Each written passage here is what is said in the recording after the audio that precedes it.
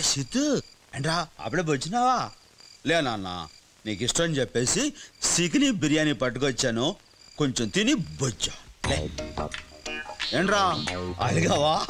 ఇలా ఆకలితో కడుపు మార్చుకోకూడదు నాన్న, నా బాబు కదా. తిను నా బుజ్జి. నేను తిన్ను, నువ్వు తింటే తిను. ఏంట్రా నువ్వు తినకుండా నేను ఎప్పుడైనా తిననేంట్రా? నేను తిన్నా అంతే. నా కోసం తిని మానేస్తావు కానీ తావుడు మాత్రం మానవు. అది మాట్లాడమే అంటే మీ అమ్మ గుర్తు అమ్మ గుర్తుకొచ్చేసింది అంతేగా.